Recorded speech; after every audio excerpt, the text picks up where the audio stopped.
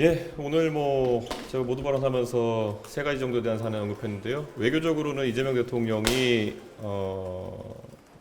지금 일본과의 외교 상황에서 그래도 온건하게 잘 하고 왔다 이런 생각이고요. 다만 이제 미국에 가셨는데 미국은 차원이 다른 외교적 현실이 마주하고 있을 것이다 이런 생각을 합니다. 특히 이재명 대통령이 최근에 임명한 장관 인선이라든지 이런 것들을 봤을 때 미국 정부 측의 의구심이라는 것은 굉장히 커졌을 것이고, 거기에 대해서 이재명 대통령이 오늘 하신 말씀을 보니까 트럼프 대통령은 굉장히 성공한 개인이고 내가 가서 잘 말하면 될 것이다. 근데 말보다 행동으로 보여준 것이 있기 때문에 지금 굉장히 협상 결과가 불투명해지는 상황인 것 같습니다. 그래서 이재명 대통령이 국내 정치에서 본인이 매번 지지층에게 하던 그런 화술로 이렇게 넘어가려는 생각으로 했다가는 아마 크게 당할 것이다 그런 생각을 하고 있습니다. 그래서 아무쪼록 이번에 외교에서 국민들이 안심할 만한 성과를 내기를 저희 개혁신당에서 우선 기대하고 응원하고 있겠습니다. 그리고 조국 전 대표에 대해서는 제가 전례 없이 강하게 비판할 수밖에 없었던 것이 정말 제가 교정교화가 안 된 것 같다라는 표현까지 썼습니다. 이게 정말 이 사면복권이라는 것은 엄청난 특혜이고, 근데 그 사면복권의 특혜를 받음에 있어가지고 국민들은 그래도 조국 전 대표가 반성의 과정을 통해 가지고 본인이 나왔을 때 겸손한 표현들을 할 것이라 예상했는데 최근 모습을 보면은 감옥에 갔다 오신 분이 무슨 개선 장군인 양 행동하고 있습니다. 거기다가 지난번에 있었던 그 된장찌개 사건 같은 경우에는 아직까지도 SNS 사진 몇 장이나 글 몇 편으로 국민들에게 위선적으로 다가갈 수 있다는 착각을 하고 있는 것이 아닌가라는 생각을 하게 합니다. 그리고 활용점정으로 이번에 갑자기 2030 세대에 대한 훈계를 하기 시작한 것은 도대체 어쩌면 조국 사태에 의한 그런 피해자일 수 있는 2030 세대에게 2차 가해를 하려는 것이 아닌가 그런 생각입니다. 그래서 결국 저는 맨날 개혁신당한테 갈라치기 정치 이런 얘기 하는데, 사실 개혁신당이 저런 식으로 세대를 찍어가지고 비판적인 표현이나 극우화나 이런 표현을 한 적이 있습니까? 결국에는 민주당과 민주진보 진영의 지금까지 정치 자체가 굉장히 자기 지지층과 자기 비지지층을 갈라가지고 저렇게 몰아붙이는 형태였다는 걸 다시 국민들께서 깨닫게 되시지 않을까 생각합니다. 예, 혹시 질문 있으신가요? 예. 대표님, 그 두 가지 질문 드리고 싶은데요. 대통령께서 꼭 미국과의 정상회담 돌입하시는데 공교롭게도 같은 시기에 중국의 특사단을 보냈습니다. 누가 특사단을? 네, 그 중국의 특사단. 예. 그 이제 보수 진영에서 좀 중국 눈치 보기라는 점도 나오고 어떻게 보면 좀 줄타기 외교로도 볼 수 있는데, 일단 대표님께서 정부의 이러한 외교 기조 어떻게 보시는지 궁금하고, 또 미국에서 이를 용인할 수 있을 거라고 보시는지.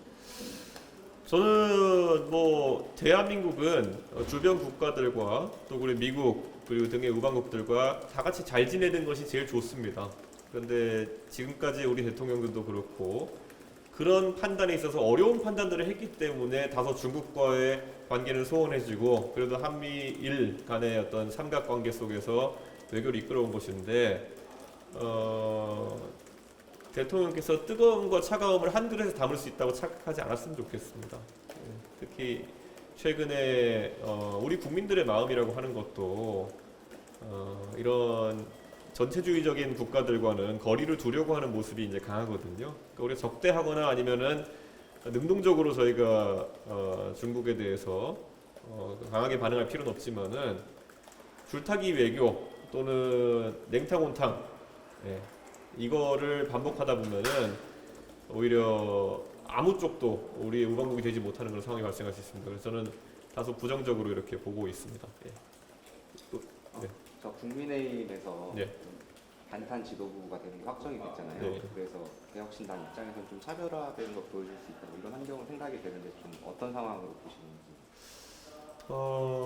저는 전당대회라는 걸 제가 그 당에서 치러봤지만 정말 강성 지지층에게 소구하려고 하는 행동을 반복하다 보면은 독수독과라고 그 선거의 결과로 따라서 출범한 지도부가 좋지 않은 결과를 내는 경우가 많은 것 같습니다.